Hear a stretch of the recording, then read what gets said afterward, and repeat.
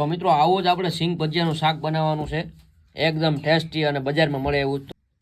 Hello મિત્રો, તો આપણે આની ગ્રેવી કરવાની છે.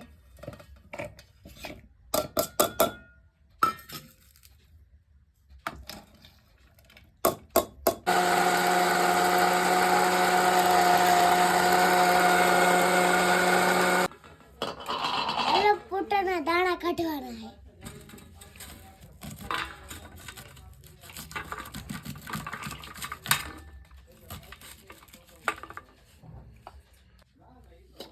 હાલો અને હવે મિક્સરમાં ફેરવવાનું છે.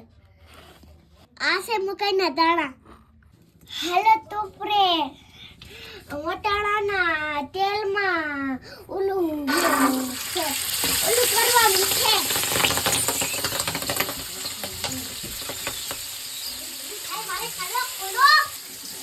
તો મિત્રો હવે વટાણા આપણે તેલમાં ફોડી લીધા છે.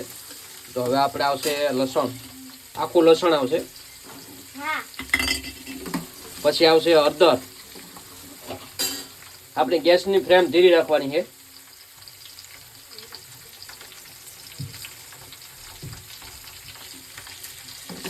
પછી આવશે નિમક.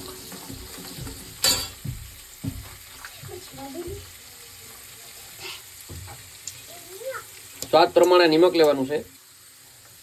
તો હવે દોસ્તો આવશે આપણે ચટણી. આપણી પાસે કાશ્મીરી ચટણી નથી, આપણી ઘરે છે જ આપણે વાપરીએ છીએ આમાં સિંગ ભજીયામાં.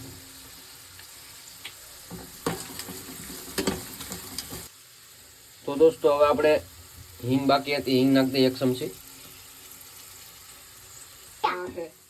તો હવે આપણે નાખવાની છે ગ્રેવી. આ છે મકાઈની ગ્રેવી. પછી ડુંગળી ટમેટું, આ એ ડુંગળી ટમેટાની ગ્રેવી છે. પછી થોડાક સ્વાદ પ્રમાણે માથે દાણા રાખીશું. આ આપણે ગળી જાય, રસો કાટો થાય એના માટે દાણા રાખીએ. હવે આને આપણે મિક્સ કરી લેવાનું છે.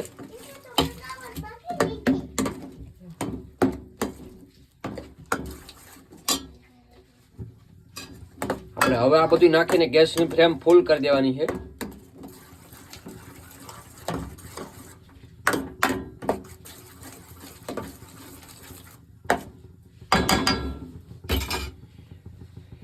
હવાને થોડી વાર ટાંકી દેવાનું છે.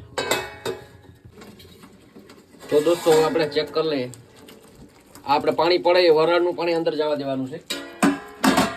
હવે આપણે આ સળી ગયું છે કાયદેસર. તો હવે આપણે માથેથી આપણે નાખી દઈએ સિંગ ભજીયા.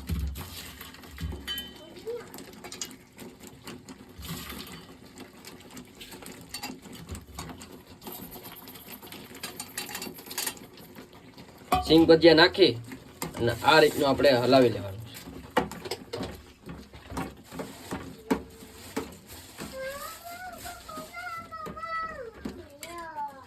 હવે થોડોક નાખવાનું છે આપણે માથેથી ગરમ મસાલો. આ ગરમ મસાલો નાખ્યો છે.